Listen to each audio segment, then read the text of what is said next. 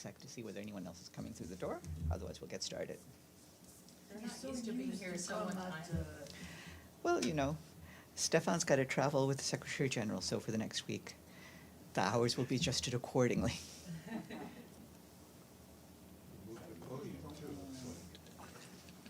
Yeah, that's not me. They've decided this is the ideal angle to move the podium. And I do not have the strength or capacity to move it back in any sort of way, so. Oh, no, rush. Take your time. Well, I think no one's used to being here at 12, so give them another 5 minutes. I know, this is not like homeroom. You don't have to, like, be ready at a certain time. We ease into the day. All right, I think we're a quorum, so we can get started in just a sec. Here, it's in. There you go. All right, we're all set. Good afternoon, everyone. The Office for the Coordination of Humanitarian Affairs reports that as of last night, some 80,000 people have been displaced from Rafah since Tuesday, when the Israeli military's ground operation there began. Most of those displaced people are seeking safety in Khan Younis and Deir Balah. These areas lack the basic services needed to support civilians who need food, shelter, and health care. No humanitarian assistance or the fuel to power our aid operations has been able to enter through the Rafah crossing in recent days. The World Food Programme reports that its main warehouse in Gaza is now inaccessible. It says that only one bakery is still working and that supplies of food and fuel are running out. Without them, WFP says its operations will come to a standstill. The UN Relief and Works Agency in Gaza says that some hospitals will start shutting down their generators in 3 days if we don't get fuel in. UNRWA says that as of today, its facilities are down to almost no fuel, rationing the small amount that is still in place in Gaza. As we told you yesterday, we continue to engage with all involved on the resumption of the entry of goods, including fuel, and so that we can again begin managing incoming supplies. Yesterday, OCHA, alongside UNRWA, the UN Mine Action Service, and the UN Department of Safety and Security, were at the Kerem Shalom and Rafah crossings to assess the security situation. The area is highly militarized, making it impossible for organizations to distribute at the scale they previously did. The situation remains extremely fluid, and we continue to confront a range of challenges and amid active hostilities. Meanwhile, debris on the roads has made these routes impassable for the time being. We're exploring alternative solutions, including use of the fence road or other routes. The daily exchanges of fire across the blue line are deeply concerning, profoundly impacting towns and villages on both sides. Many people have been displaced, injured, and killed, including today. The United Nations Interim Force in Lebanon is working continuously to decrease tensions with hundreds of daily activities aimed at de-escalating situations and assisting local communities within its mandate. The ultimate solution can only be political and diplomatic. We urge all parties to reaffirm their commitment to the cessation of hostilities and to upholding their obligation under Resolution 1701. You will have seen that yesterday evening we issued a statement in which the Secretary General said he is deeply saddened by the loss of lives and damage caused by heavy rains and flooding in the south of Brazil. He extends his condolences and solidarity to the government and people of Brazil, as well as to the families of the victims. The Secretary General also noted that disasters such as this are a reminder of the devastating effects of the climate crisis on lives and livelihoods. And he reiterated that the UN team on the ground stands ready to assist at this difficult time. Our resident coordinator in the country, Sylvia Rooks, is leading the UN team's response. This includes shipping emergency supplies and monitoring the spread of disease, supporting shelter and related needs, and distributing emergency kits and monitoring children and adolescents, some of whom have been separated from their families. On Haiti, the Office for the Coordination of Humanitarian Affairs says that we and our partners are responding in the wake of recent attacks in the commune of Delmas, which is in the capital, Port-au-Prince. Meals, shelter, and other supplies have been provided to the displaced people and host community, and we hope to ramp up this assistance as security allows. This week, the World Food Programme distributed food to 264,000 school children and more than 5,600 displaced people in Port-au-Prince. WFP also distributed food to people in Cité Soleil, one of the most insecure neighborhoods in Port-au-Prince, reaching some 26,000 people this week. Since the beginning of March, WFP has reached more than 680,000 people. It has distributed more than 800,000 hot meals to more than 94,000 displaced people in the Port-au-Prince metropolitan zone. WFP has also distributed school meals to more than 330,000 school children across the country. Also, since the start of March, we and our partners have distributed 8.4 million liters of drinking water to nearly 70,000 displaced people in Port-au-Prince. We have a humanitarian update for you today on the situation in North Kivu in the east of the Democratic Republic of the Congo. The Office for the Coordination of Humanitarian Affairs tells us that the situation in Goma is relatively calm, nearly 1 week after the explosions that claimed the lives of 18 civilians and injured dozens at displacement sites. Our partners were able to resume their activities at displacement sites the following day. They're providing food and water, essential supplies, and medical care. The World Health Organization dispatched 24 tons of medicine for injured people in Goma. Meanwhile, OCHA says that intensifying clashes in North Kivu have triggered new waves of displacement. Since the beginning of May, some 80,000 people have sought refuge in the Kalehe territory in the neighboring province of South Kivu. This influx has put a significant strain on the province that already hosts nearly 2 million displaced people. Access to Kalehe territory is limited due to security and lack of infrastructure, and this is hampering large-scale delivery of humanitarian assistance to the displaced men, women, and children. As a reminder, the 2024 Humanitarian Response Plan for the Congo, seeking $2.6 billion, is only 17% funded at $443 million. Turning to Ukraine, the Office for the Coordination of Humanitarian Affairs tells us that civilians, including children, were impacted by a massive wave of attacks across the country yesterday. Several children were injured when a school playground was hit in the city of Kharkiv, and children were also reportedly injured in the Dnipro and Kropivnitsky regions, according to local authorities. Several education facilities and a hospital were also damaged in Zaporizhia city, according to the partners on the ground. Also yesterday, authorities and power plant operators reported damage to critical energy facilities in the west and the center of the country. In total, 9 regions have experienced disruptions to their power supplies, and the system continues to face power shortages today, according to the grid operator. Humanitarian organizations are mobilized to provide psychological support and deliver repair materials to families whose homes were damaged by overnight strikes in the cities of Kharkiv and Zaporizhia, as well as in the Kiev and Kropivnitsky regions. In Myanmar, we are deeply concerned over the escalating conflict in Rakhine. Civilians face devastating violence, rising intercommunal tensions, and forced recruitment by parties to the conflict. Fighting is rapidly escalating between the Arakan Army and Myanmar Armed Forces in Butidong in northern Rakhine. This comes amid reports that other armed groups are now joining the conflict, sparking fears of intercommunal violence as well as fear among civilians and aid workers. As the Arakan Army moves closer to the downtown area, military airstrikes have also intensified. All parties to the conflict are reminded of their obligations under international humanitarian law, not to target aid workers or the premises of humanitarian organizations. Amid the worsening security situation across the country, the UN reiterates its call for the protection of civilians in Myanmar, a cessation of hostilities, and humanitarian access. We also urge all parties to the conflict to stop misinformation and hate speech and promote social cohesion and respect for human rights. And I wanted to flag that tomorrow at 6 p.m. in the Sputnik area of the visitors' lobby, there will be a reception to launch a new multimedia exhibit on human security. The exhibit is organized by the UN Trust Fund for Human Security and is co-sponsored by the permanent missions of Costa Rica, Italy, Japan, Romania, Senegal, and Sierra Leone, in partnership with the Group of Friends of Human Security.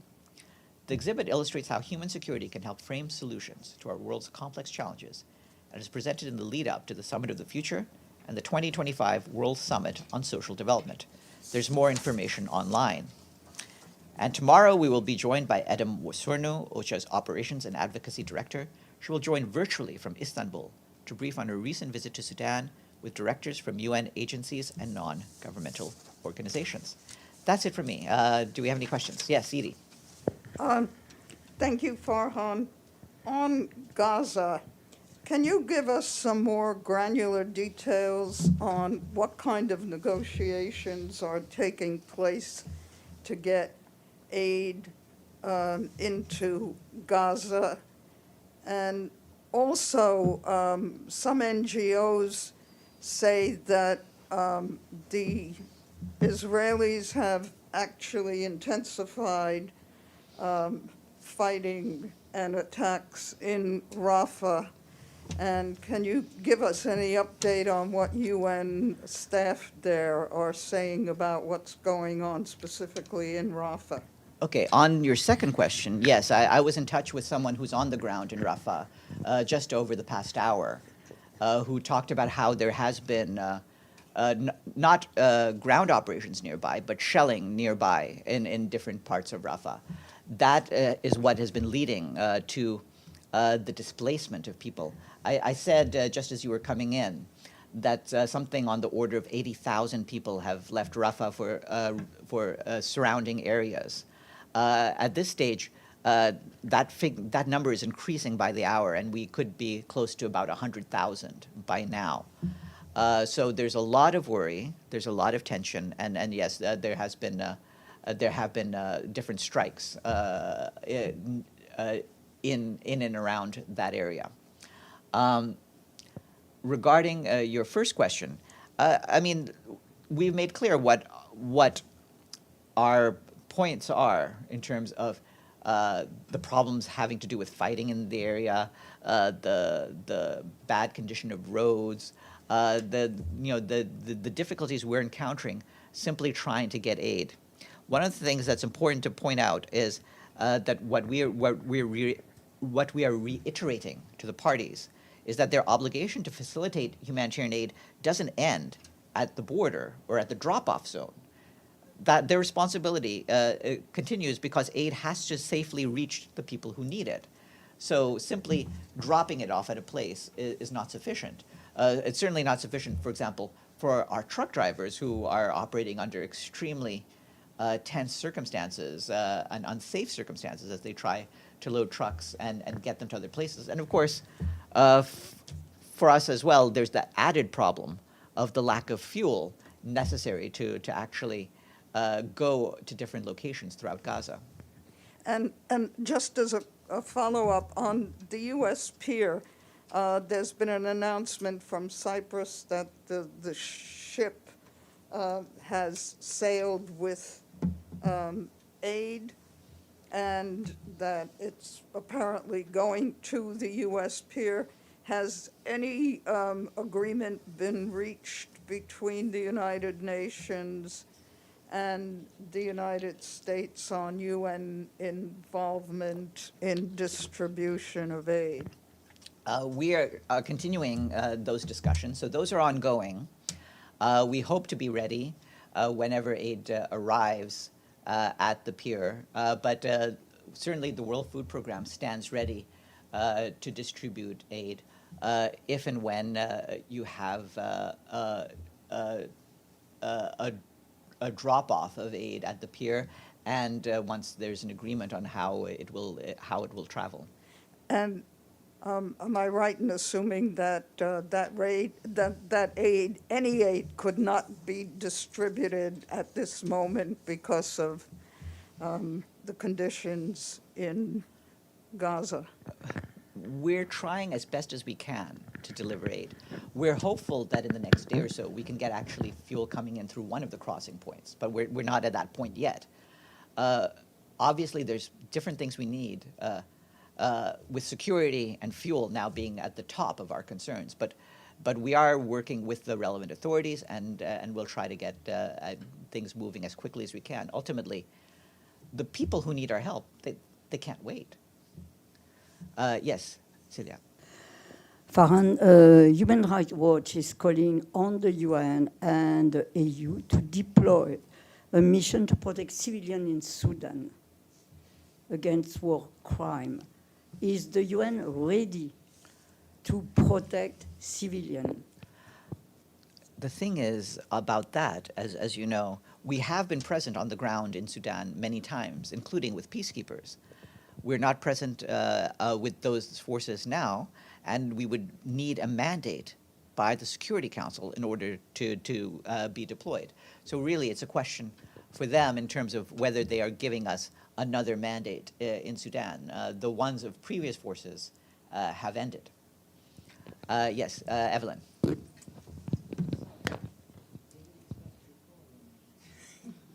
I will call on everyone in due course.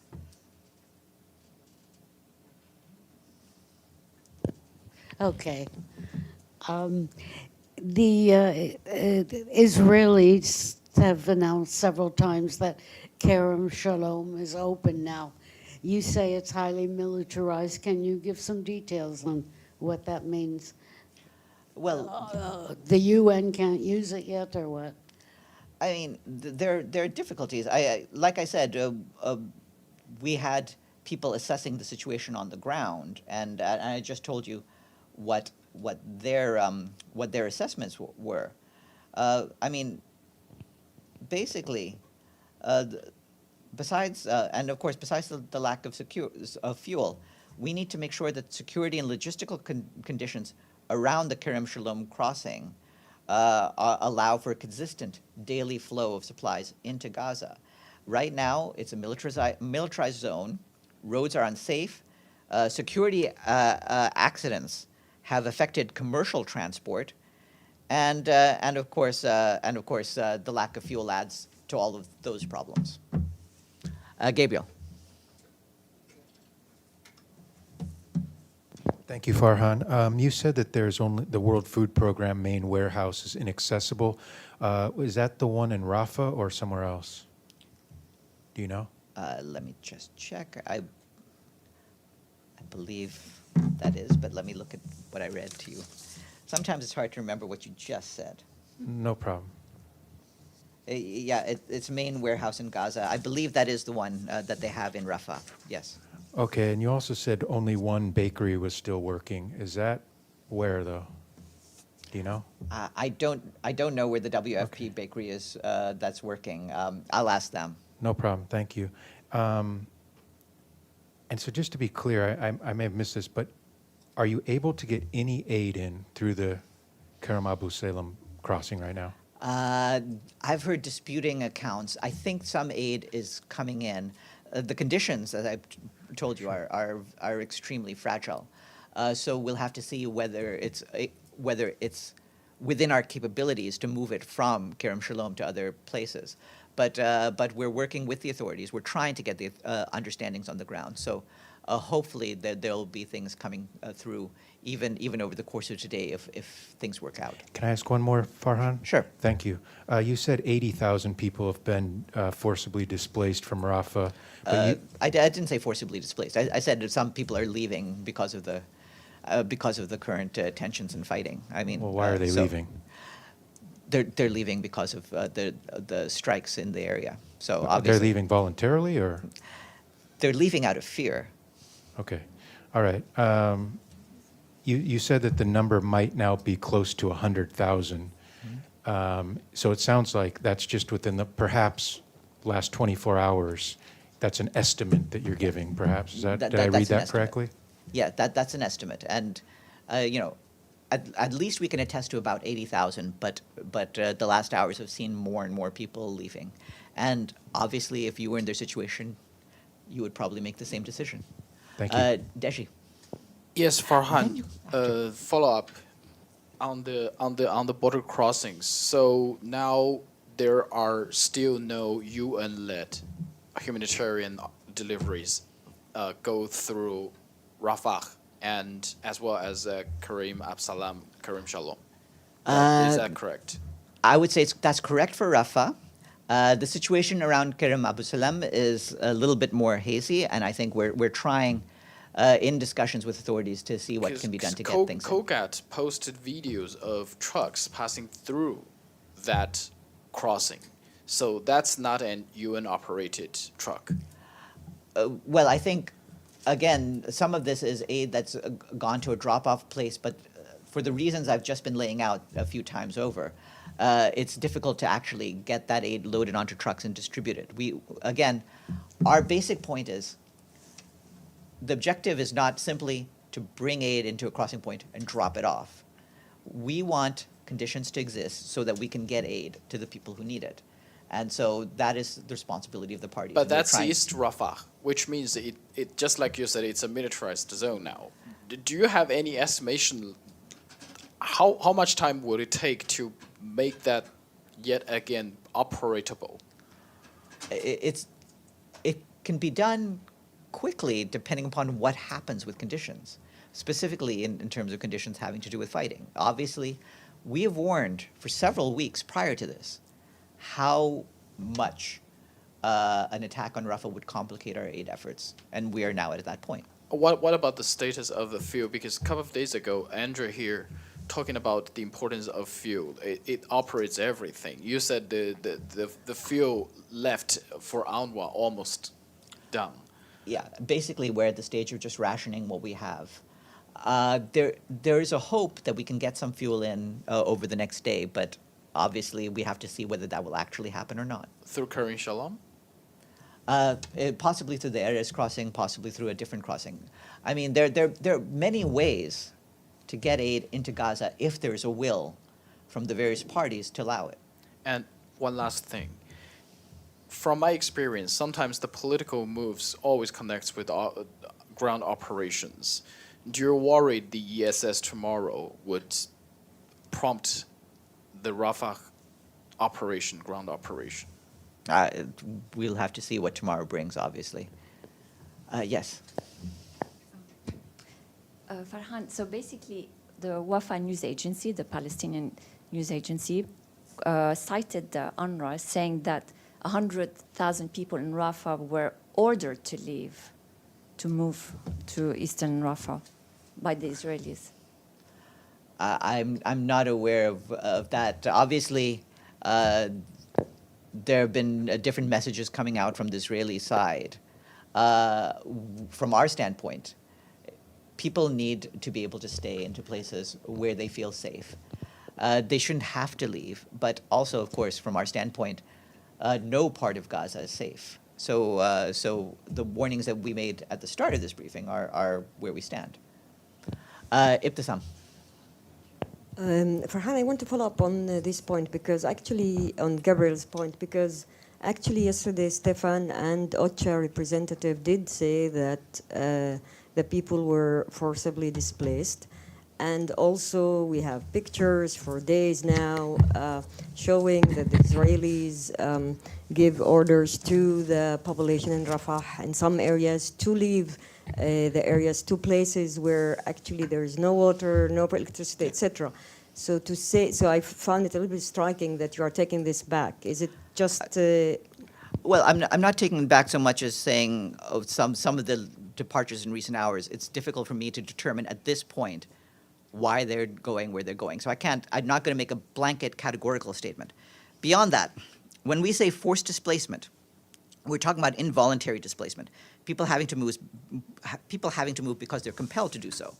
So obviously, if they're moving from fear, that also counts as forced displacement. International law requires that any evacuation orders must be done lawfully, which means having key safeguards in place.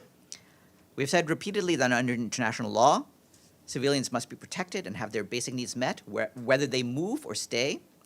Those who are ordered to evacuate must have enough time to do so, as well as a safe route and safe place to go, and they must be guaranteed the right to voluntarily return, as international law demands.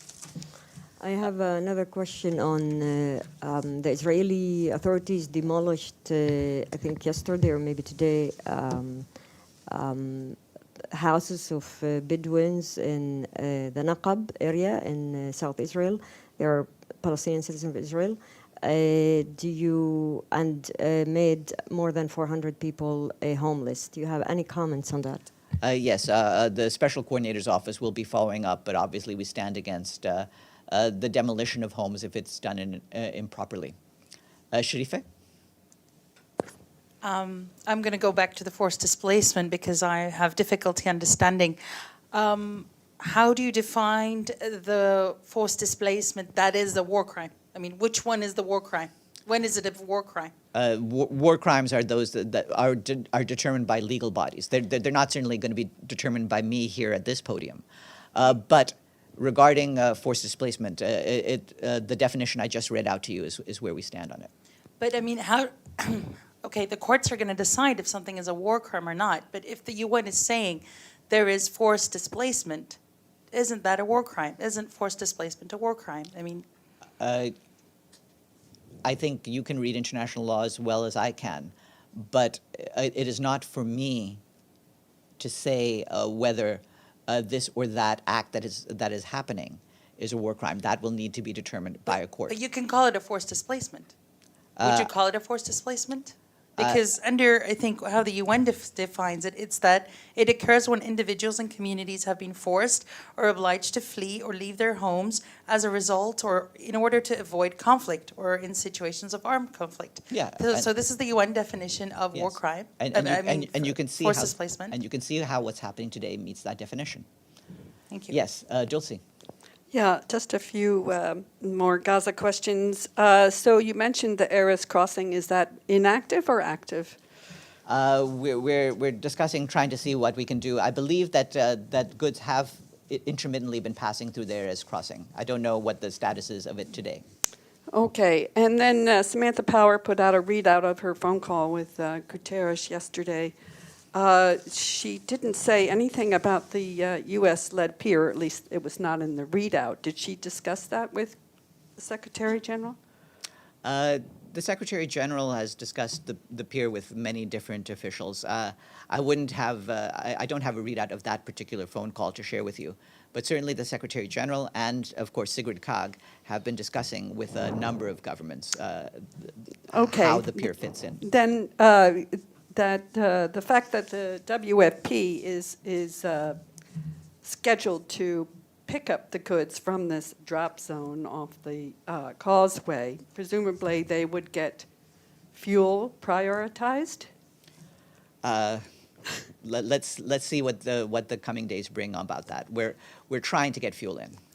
One more question, please. The Secretary General's trip to Nairobi, does he plan to meet with the President, Rudo? I believe we'd mentioned his travel. I think we sent that around in a note. But hold on, let me just see whether we put that out, mentioned that as part of his program.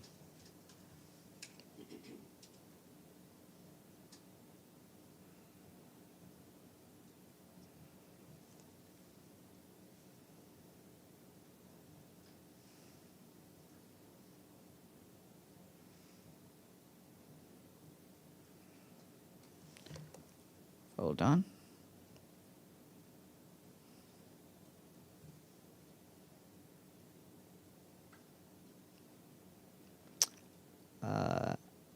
Yes, he will. I think we're trying to schedule that. It's not confirmed on the schedule yet, but we're trying to work that out. Benny. So, forgive me if you addressed that while I was on a phone call. So yesterday there was a lot of statements about the Kerem Shalom crossing. There were reports in Israel of shooting, Hamas shooting at the crossing yesterday. And today COGAT published videos of trucks going on through Kerem Shalom. What is the status as far as you're concerned? I'm not going to repeat all the things I said No, prior. of course but, not. I'm sorry. But the short answer is that we're in touch with the authorities. We've talked about what the problems are getting aid through Kerem Shalom, and we want to make sure that that the responsibilities don't end simply with a drop-off of aid, but that we can ensure that aid can go to the people who need it. So once it gets to the drop-off point, it continues to be safe for them to go on forward from there. When you say ensure with Hamas, with Israel? With all of the relevant authorities. And of course, regarding Hamas, we've made it clear that we want to make sure that they don't attack the entry points for I'm sorry, humanitarian aid. where did you make that clear? What? Where did you make that clear? In, I mean, because in the statement that this, when the Secretary General was here 2 days ago, he basically urged Israel to open the Kerem Shalom crossing a day after it was closed because of Hamas shooting. He didn't mention Hamas.